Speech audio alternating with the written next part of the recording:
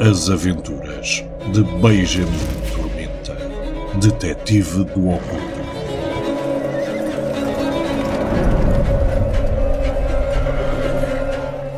O Deus das Moscas tem fome, por Luís Corte Real.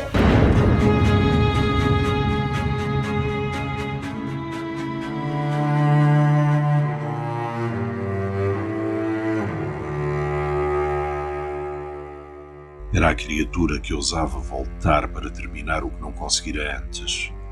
Vinha buscar Urano Chagas e, assim, libertar-se para devorar o mundo. De um salto, Tormenta correu para a entrada do prédio. O condutor que lhe seguira ao olhar também viu a criatura. Gemeu quando o vulto foi iluminado por um relâmpago próximo a descer para a janela alumiada da biblioteca. Encorajado pelo detetive, que desaparecia no vestíbulo, o boleeiro correu atrás de Tormenta. Este ignorou o ascensor e subiu as escadas. O esforço súbito a fazer-lhe latejar as têmporas, o coração a alimentar o corpo subitamente preparado para um confronto que sabia ser devido à morte. Quando chegou ao último piso, tirou da mala o pacemaker. Correu em direção à porta e mergulhou com o ombro direito, fazendo-a abrir de par em par com o Strong. O braço da arma apontou de imediato para o fundo da biblioteca, onde deixara Urano Chagas. No chão, havia vidros e madeira do caixilhame da janela. As cortinas de fazenda esvoaçavam febrilmente com a ventania e a chuva. A salamandra apagara-se e uma escuridão tomara conta da sala, subitamente gelada. Ainda antes de os seus olhos conseguirem prescrutar a escuridão, o que imediatamente feriu os sentidos de Tormenta foi o fedor. Não era o fedor de varredura, nem de uma taberna cheia de clientes sorrentos e babões. Não era sequer o fedor de uma estrequeira ao sol, pois todos esses cheiros o nariz humano identificava. Era um fedor tão perverso e contranatural que ficava a retinir no cérebro numa incógnita desconfortável. E então os olhos de Tormenta estreitaram-se ao identificar a sombra que se erguia sobre a cadeira de Urano Chagas. Havia asas articuladas que se alongavam como as de um morcego desmedido, num tronco largo e disforme, de corcunda, coberto de apêndigos que se agitavam numa agitação de inseto sôfrego.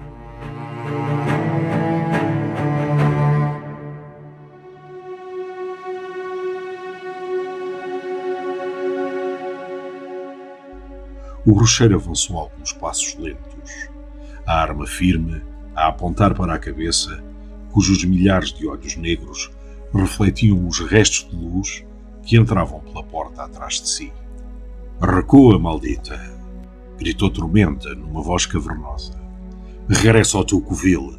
Estás fraca e aqui ninguém te teme.» A cabeça da abominação encarou o detetive.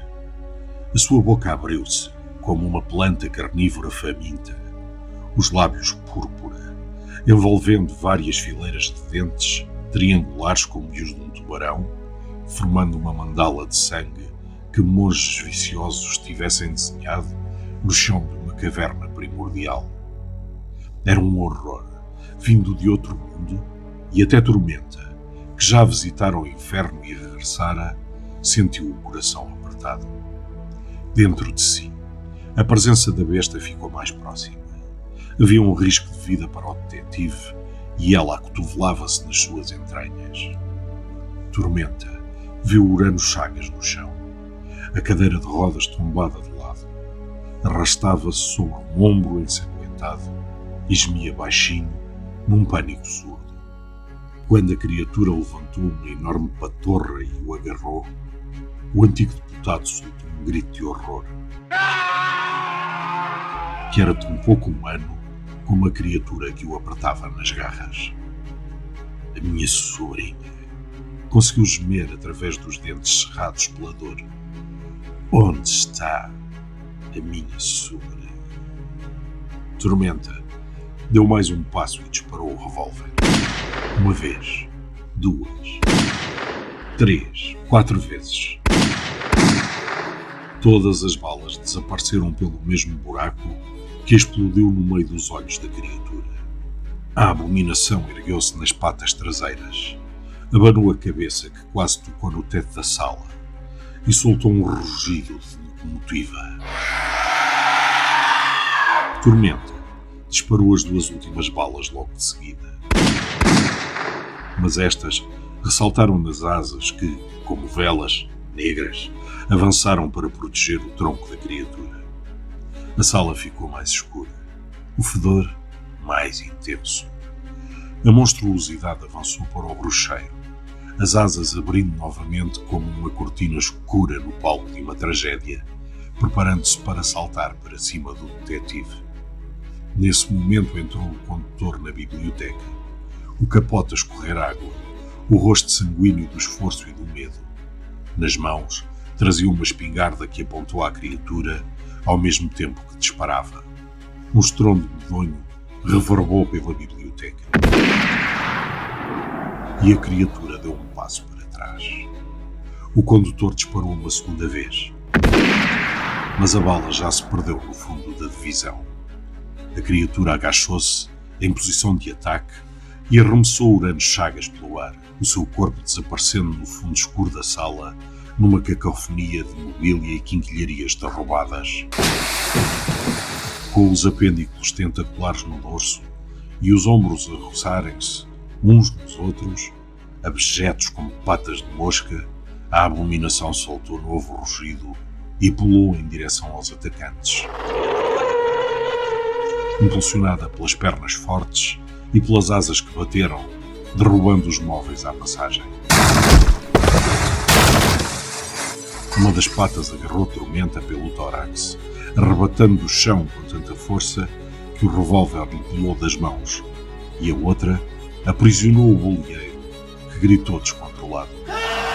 Vidros e madeiras estilhaçaram. No instante seguinte, a criatura pulava por uma janela em direção ao vazio, batendo as asas sobre os cedros do jardim, os 2 homens vendo as ruas mal iluminadas de Lisboa sob os seus pés.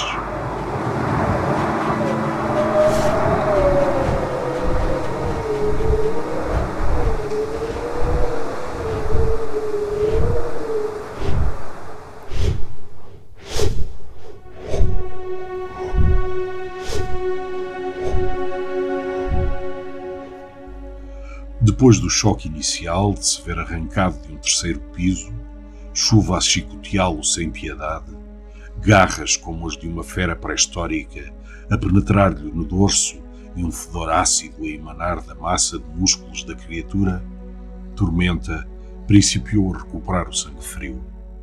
Ser conduzido para o covil no palacete dos Condes de Caxias seria uma morte certa. Mas soltar-se seria fatal, pois o lajedo e os telhados estavam muito distantes. O revólver ficara no soalho da biblioteca. Restava-lhe apenas uma arma. Com esforço, agitado pelo bater compassado das asas, foi com o braço atrás das costas, até à bainha de couro negro. A mão regressou com o pé escabe-se. Não era uma lâmina qualquer.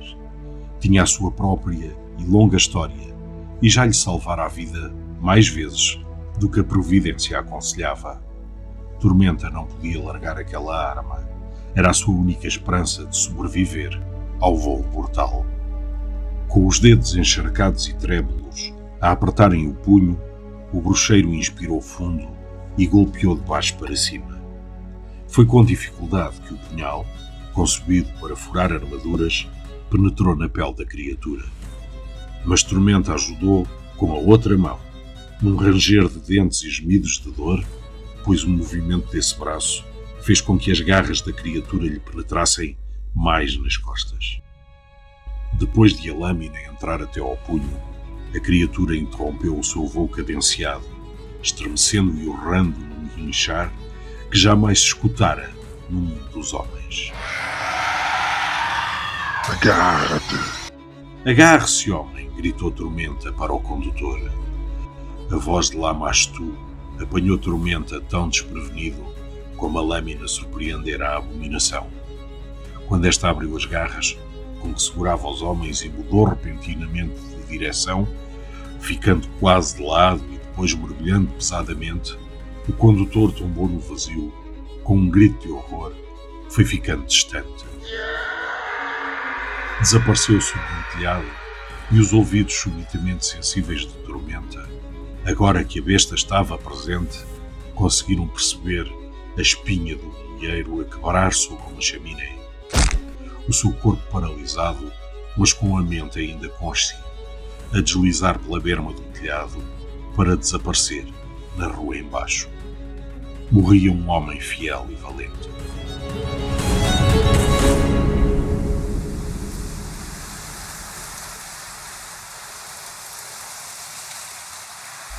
Tormenta agarrara-se como a besta havia ordenado. A mão esquerda segurava-se a um dos apêndices da criatura, enquanto a direita, empunhando a lâmina, golpeava duas vezes, um fio de sangue grosso e pastoso escorrendo para cima de si e para o vazio. A criatura voava agora em sacudidelas que agitavam o corpo do detetive e ameaçavam fazê-lo soltar-se. As garras procuravam agarrar a Tormenta para o rasgar em pedaços. Não te atrevas a soltar-te, homenzinho. Tormenta colocou a lâmina na boca para poder agarrar-se com ambas as mãos. Os braços estavam dormentes. Todo o corpo agonizava com os rasgões nas costas e no ventre. As suas mãos deslizaram ao longo do apêndice, da parte mais grossa para a ponta mais fina, agora da grossura de um polegar e com textura cartilaginosa e molhada. Agarra-te, maldito! Se tombas, morro! Tormenta quis soltar impropérios e ofensas de corar um marinheiro, mas não podia desperdiçar o mais ínfimo de esforço. Todos os seus músculos focados em apertar os dedos, em vencer a gravidade que o puxava implacavelmente para baixo. Só mais um pouco. A criatura tinha descido, mas ainda voavam entre pisos mais altos dos edifícios, as luzes esmorecidas das janelas passando velozes como as carruagens num apiadeiro. Os trovões mais apartados reverberavam por entre os telhados inclinados e as chaminés sombrias feitas de vultos. Agora! Larga-te! Tormenta largou-se e, se não o tivesse feito, uma das garras tinha-lhe apanhado o pescoço. A criatura urrou de frustração e teria mergulhado em perseguição do detetive, mas as dores das punhaladas e a agonia dos encantamentos que aprendiam ao palacete obrigavam-na a afastar-se, depois de fazer um círculo apertado nos céus. Em queda livre, os olhos do detetive procuraram o local onde ia cair. Estava escuro. Pareceu-lhe ver reflexos de vidro.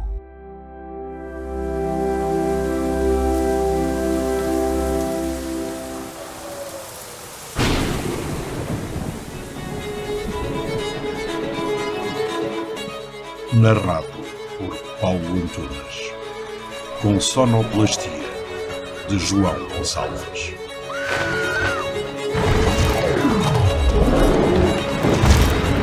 O Deus das Moscas tem fome. A obra para quem não receia visitar uma Lisboa negra e cheia de segredos.